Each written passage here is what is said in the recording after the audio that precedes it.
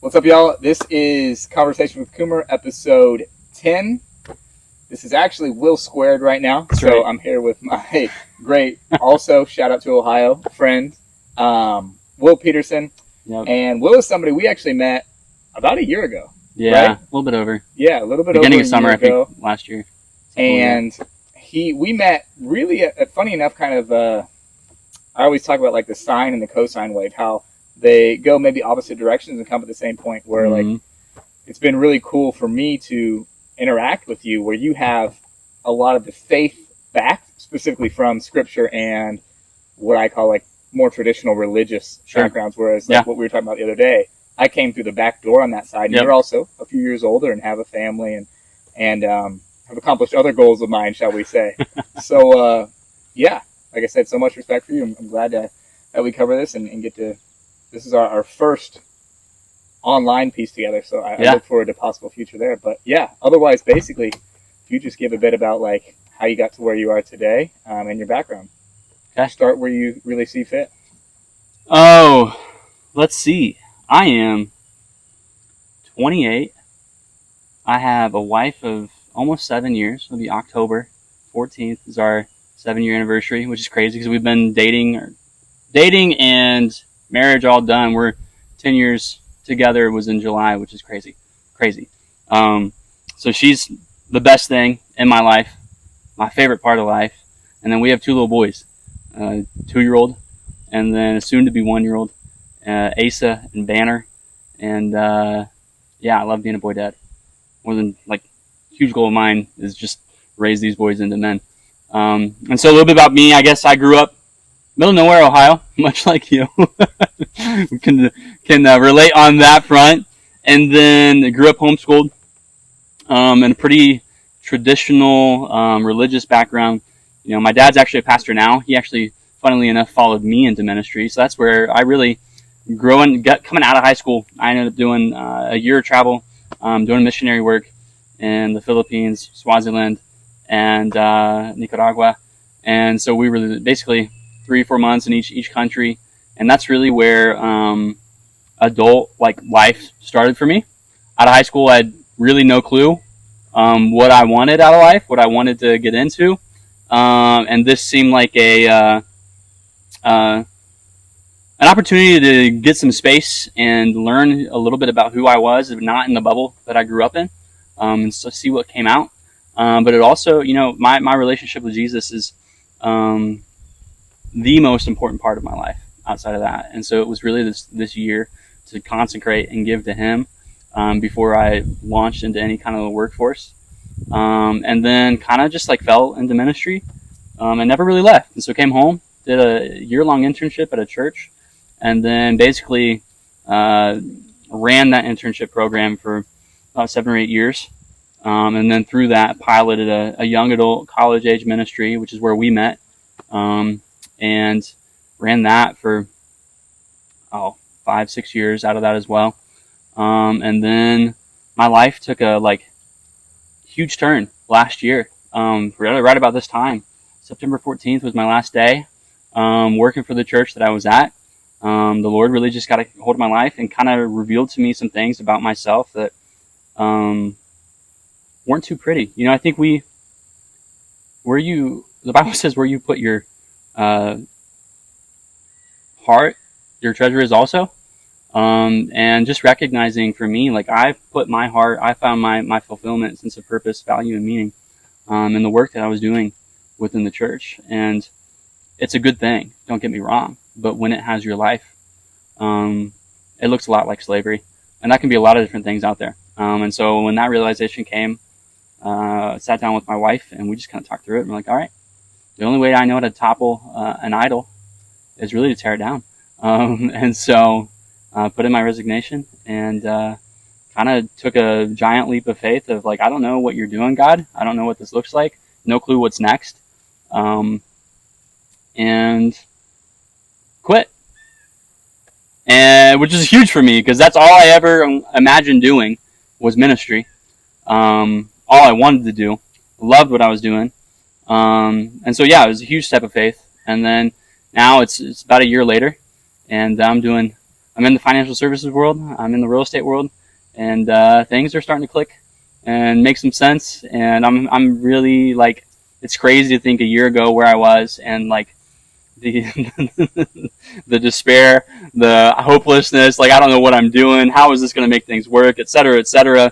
I've got 2 little boys. Or at that time, actually, I stepped out of ministry at September 14th, quit my job, had no job lined up, and then our son Banner was born 2 weeks later on the 28th, and so it was really a little chaotic. But to see where we're at now, like a year into it, like I'm so thankful for the year that I've had with my family, with my boys, and just quite frankly, what the Lord's done in me, and just refining me and revealing some areas of my life that were ugly and needed to be adjusted, that He needed to touch, and then also just discovering some things about myself that I really enjoy that I wouldn't have had I remained in that environment and continued to give my life in a way that just really wasn't healthy.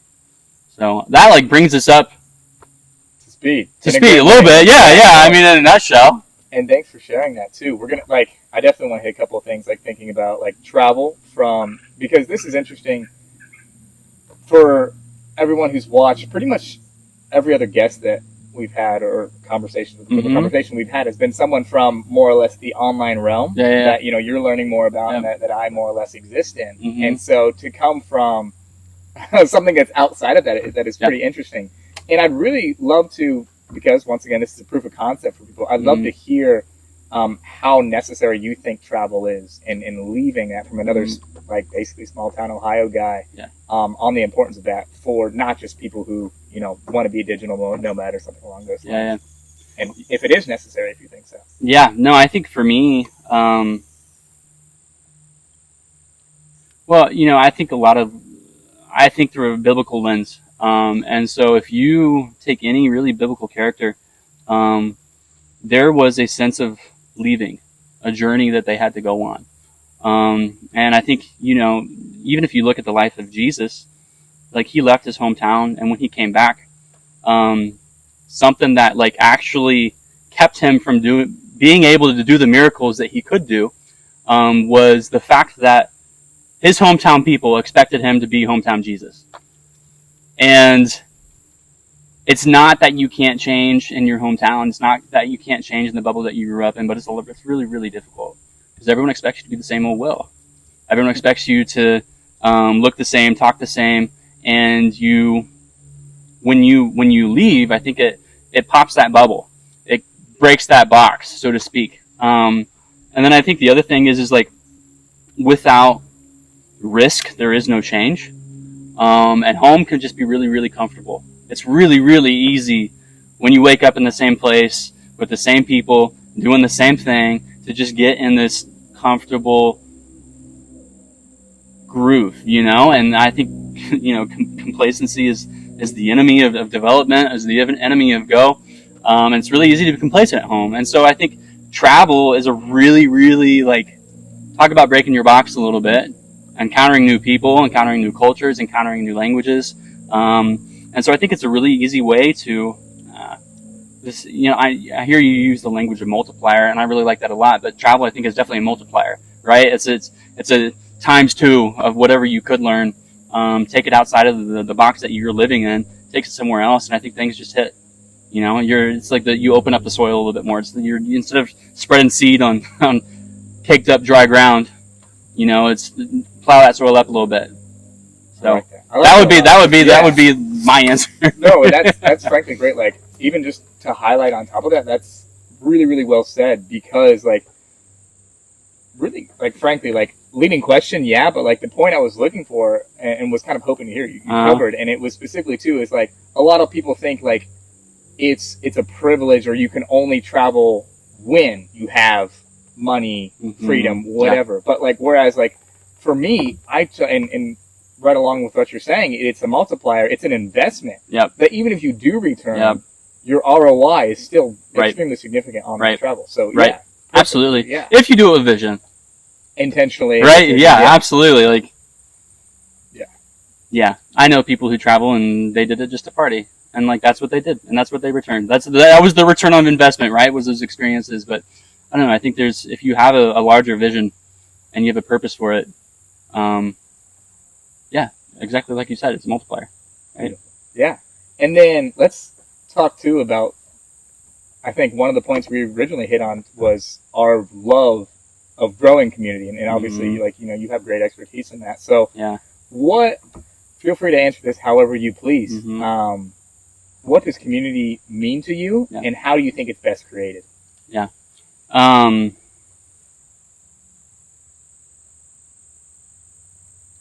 So growing up, I didn't have a lot of community. I had my younger brothers, and that was pretty much it. I was homeschooled. Grew up in a small church, and so just really didn't have a lot of space for it. And then when I went on my mission trip, I left with 36 other people that were similar age, from all over the U.S. and a few from Canada.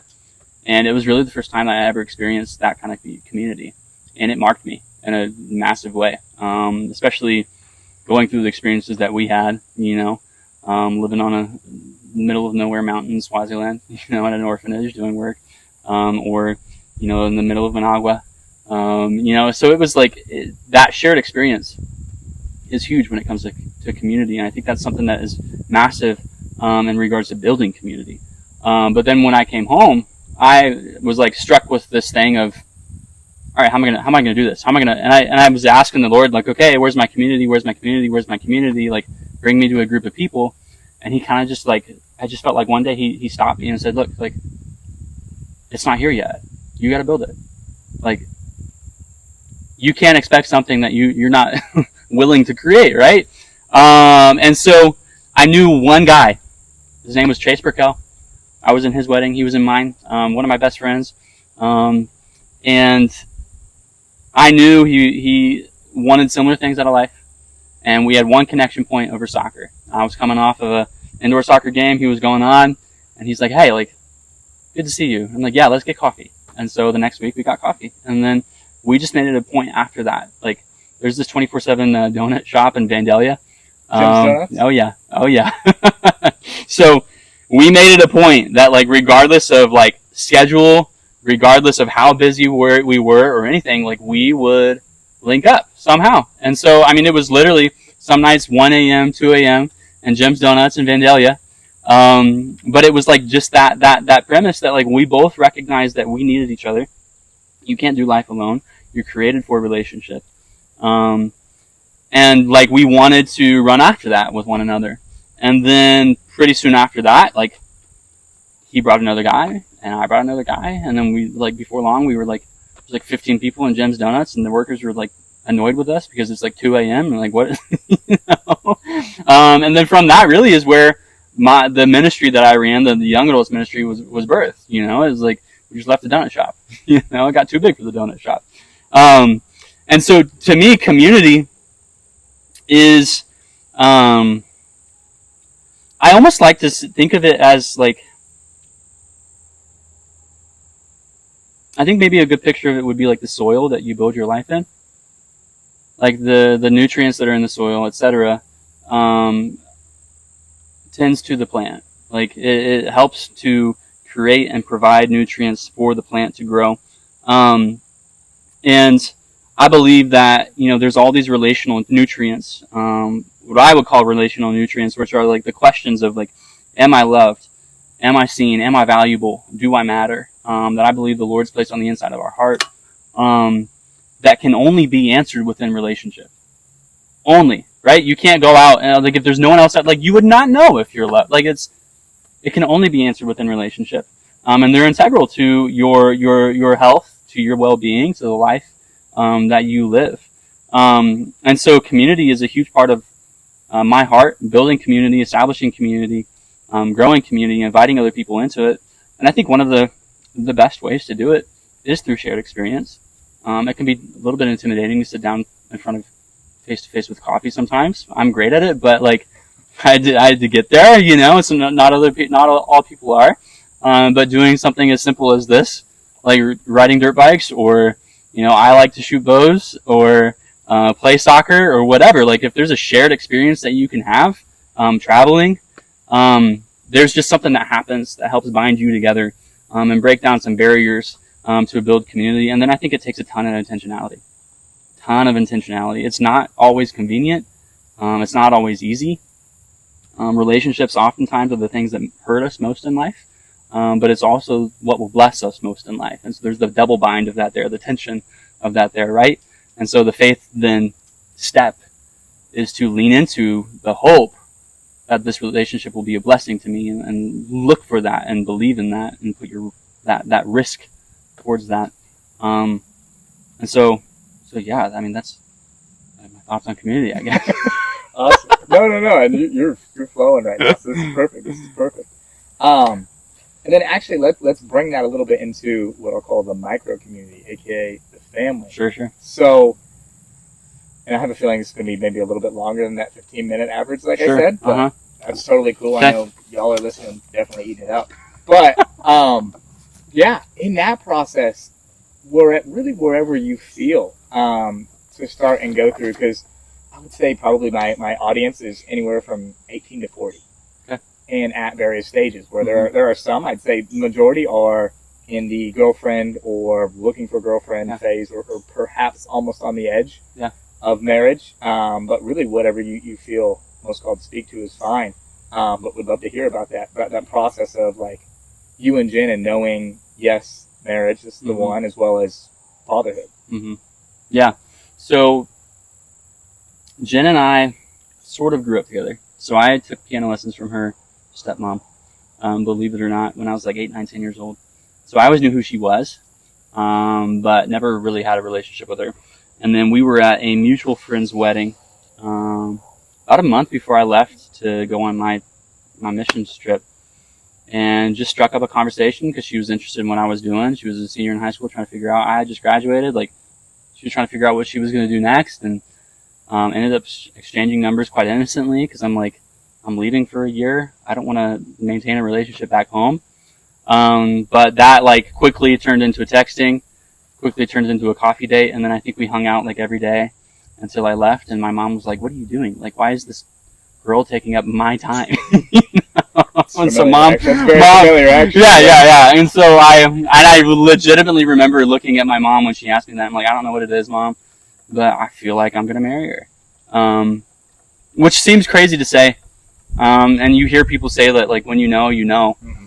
And I don't know a better way to put it than it's something that just settles within your spirit. And then, we did a year-long distance. We had about 3 months together, and then she went off for about a year, did the exact same thing.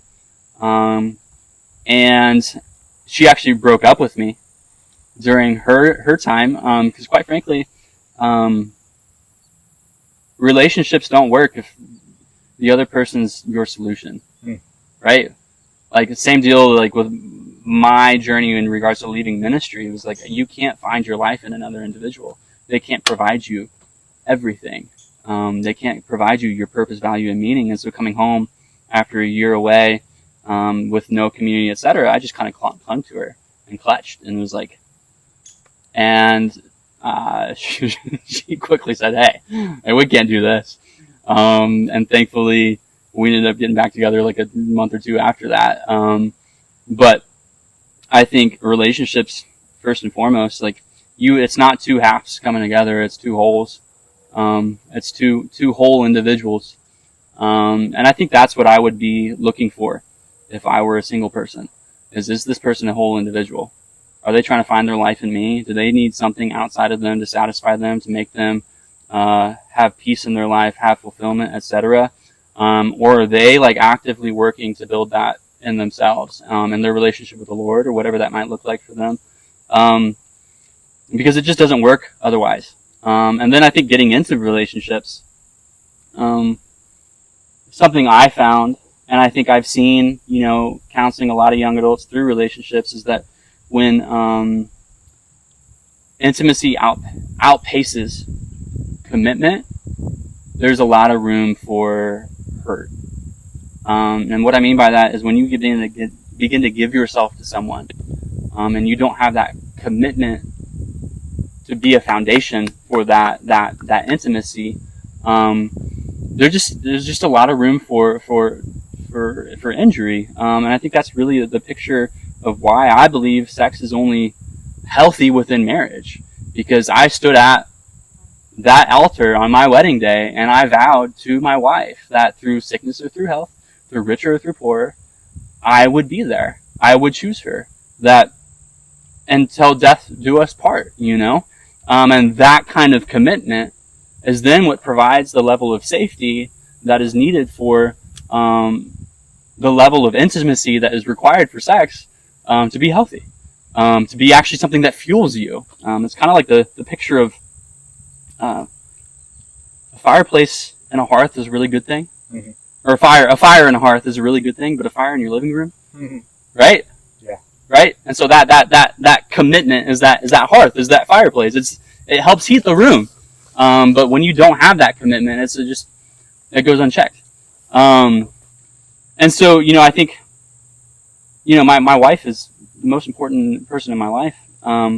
But there's, even just boundaries within our relationship that are incredibly important. Whether that's that, she'll literally say, whoa, stop, I can't give this to you. And that's good, because it's her ensuring her own health so that she can show up the fullest way that she could to all the responsibilities that are on her plate, and vice versa. And so, yeah, I think that, relationship factor, do it is the best. It's the best part of my life. But I think there are some ways to be wise about it as you enter into it. And I guess the last point I would make would be,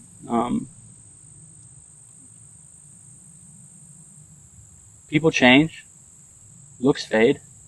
And so look at the trajectory of someone's life and see where they're going to end up. You know what I mean? If you could have enough evidence, so to speak, of where the plot line is going, that's what gave me confidence in marrying Jen, and vice versa. She knew I wasn't perfect, but she saw the evidence of what I was doing in my life and recognized that, yeah, that's something I can commit to. I don't know if that makes sense. Yeah. But yeah, no, it's. I mean, it is an investment, a commitment, right? You commit to an investment, and right?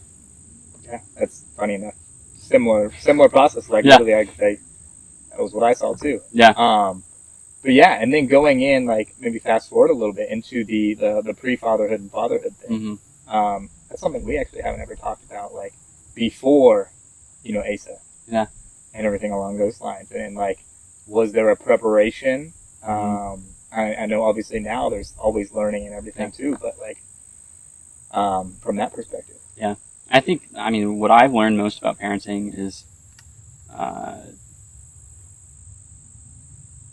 to clean up my own crap, honestly, enough to get out of the way.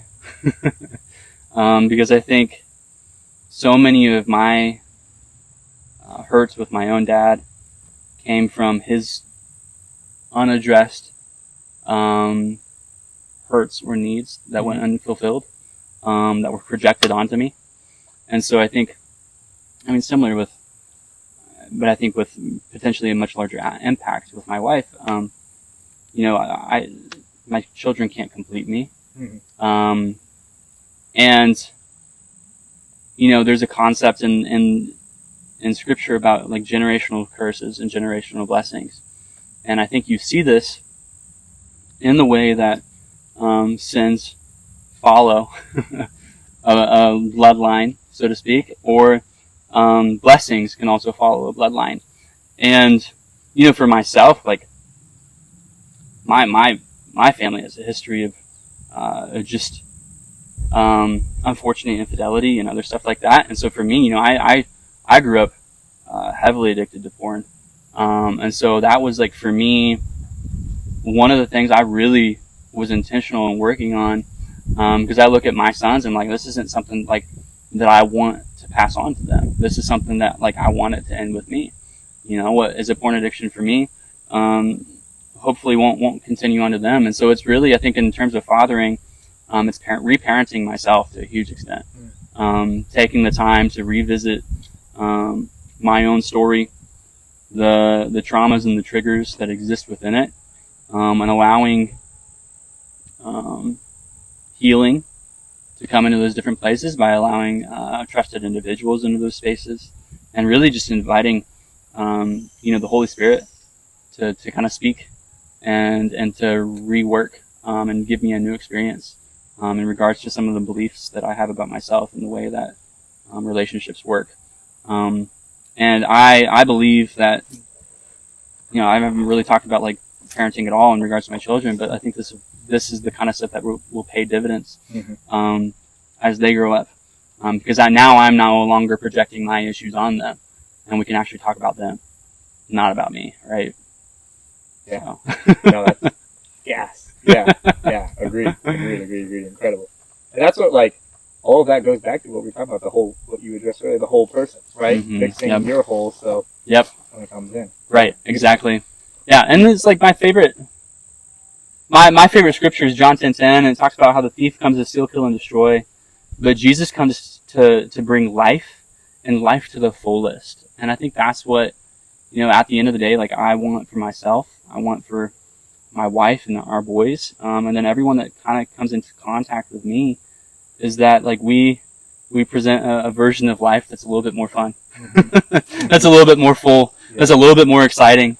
And yeah, we might be living in, like, middle of nowhere, Ohio, but it's a ball. Yeah. I'm having a blast. We have absolutely.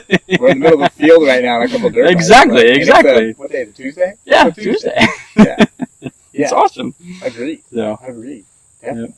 And then really kind of wrapping up here, what would you say to either someone coming before you or just a younger version of yourself in general?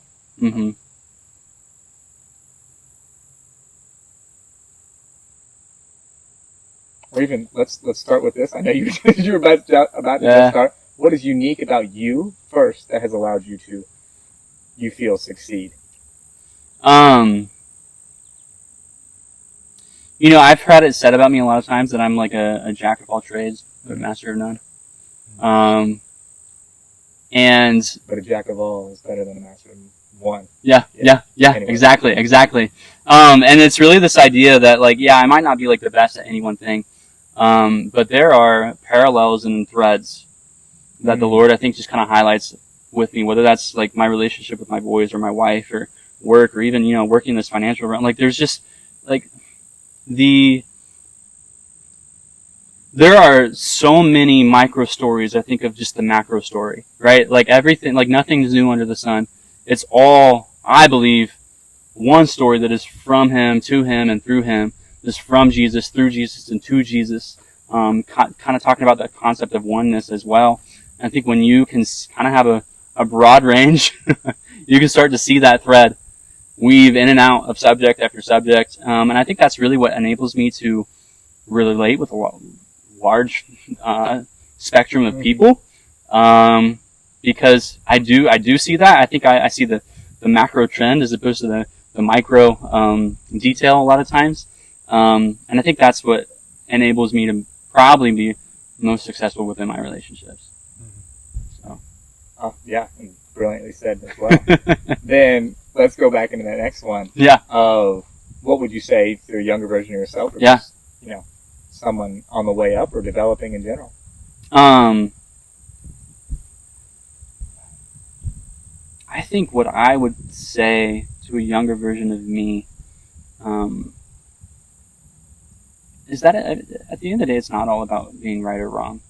I think I struggled so much with, whether it's the religious dogma or the concept of, trying to make my parents proud, or coaches or whatever. There's a lot of gray area in life.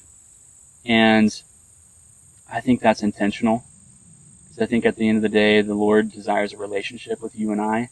And if we could just follow it by a book, it wouldn't be a relationship. It would just be a formula. You can't formalize a relationship. There's always going to be that gray area in between. And I think there's so much shame that I lived under for way too long over things that were, quite frankly, like, natural. And so, like, I would encourage, I think, my younger self to be more curious about not to replace, like, condemnation with curiosity, right?